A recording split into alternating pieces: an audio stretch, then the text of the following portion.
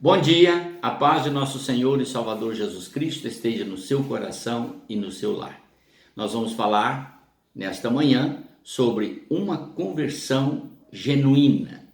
O texto que nós vamos tomar como base está registrado no livro de Atos, capítulo 16, os versos de 11 a 15. Se você puder acompanhar, vamos lá.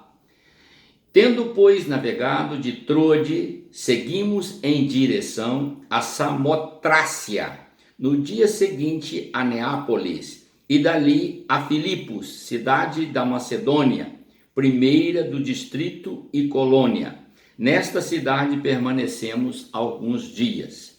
No sábado, saímos da cidade para junto do rio, onde nos pareceu haver um lugar de oração. Eu acho muito incrível que toda a experiência vivida pelo apóstolo São Paulo e a sua equipe de evangelismo era precedida de oração. Ele nunca começava um trabalho sem antes se preparar em oração. E todo momento livre que ele tinha, ele procurava um local próprio para orar. E se você perguntar, por que ele fazia isso, pastor? Porque ele aprendeu com o Senhor Jesus. Então Jesus tinha essa mesma metodologia de trabalho e passou para ele, e esta instrução, meu querido, tinha que estar gravada no coração de todo servo de Deus. Não se faz a obra de Deus sem oração, porque a oração é a comunhão com Deus, é dela que provém a sabedoria e, acima de tudo, a direção do Espírito Santo. E quando somos conduzidos pelo Espírito Santo, todo o trabalho fica perfeito. Vamos observar. Verso 14. Certa mulher chamada Lídia, da cidade de Tiatira, vendedora de púrpura, temente a Deus, nos escutava. O Senhor lhe abriu o coração para atender as coisas que Paulo dizia. Agora você vai ver que nesta visão está registrado esta experiência. Havia uma pessoa importante ali. Deus conduziu Paulo, colocou no coração dele o desejo de orar, ele dirigiu para esse local e depois ele se dirigiu para as margens do rio, conduzido pelo Espírito Santo.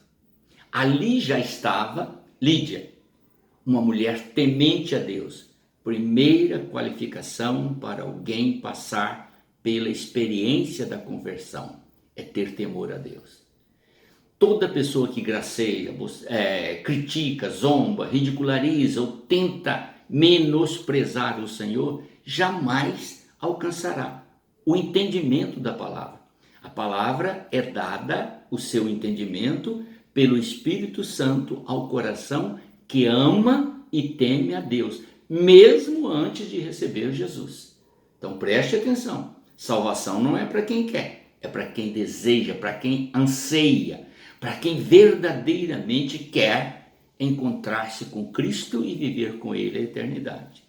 Então não é uma coisa simples. Preste atenção então. Olhe bem o que diz a palavra. Depois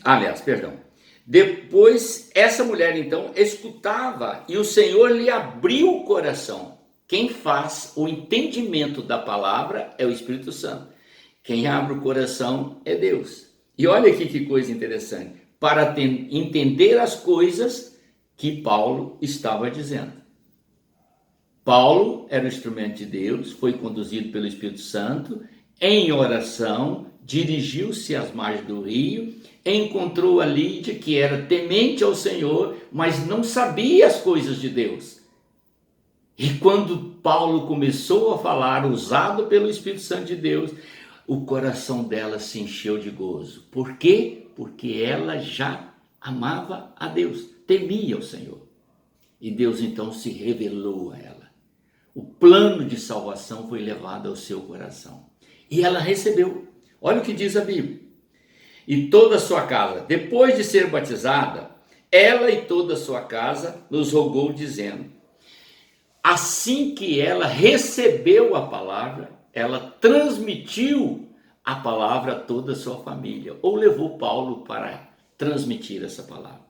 Toda a família recebeu. Nisso se cumpre aquela palavra que diz: crês no Senhor Jesus e serás salvo tu e a tua casa. Algumas pessoas pensam que isso é uma magia. Não é. É porque se você ama o Senhor e deseja a salvação, lógico e evidente que só basta você crer na palavra que o Espírito de Deus vai te revelar a salvação em Cristo. E automaticamente, se você já tem esse princípio, significa que seu lar é educado para temer e amar a Deus. Consequentemente, a palavra vai entrar e eles vão bebê-la, vão alimentar-se dela.